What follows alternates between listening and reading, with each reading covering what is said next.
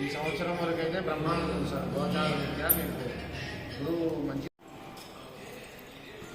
14 ఆదాయము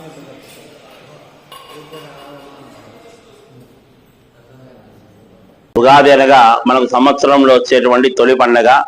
ఈ రోజు నుండి కూడా తెలుగు ప్రజలందరికీ కూడా కొత్త సంవత్సరం మొదలవుతుంది.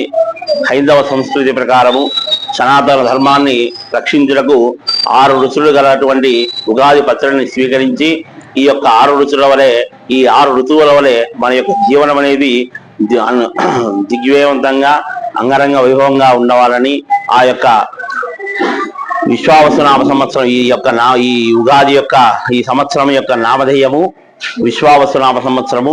విశ్వావసునామ సంవత్సరం అంటే లోకానికి మొత్తము కూడా మంచి చేసేటువంటి మహావిష్ణుమూర్తి యొక్క రక్ష అని అర్థము. కావున ఆ యొక్క మహావిష్ణుమూర్తి అవతారమైనటువంటి రామచంద్రుని అనుగ్రహము భక్తులందరికీ ఉండాలని మనసా వాచ కర్మణ ప్రతి ఒక్కరిని కూడా ఆశీర్వదించడమైనది. జై శ్రీరామ్.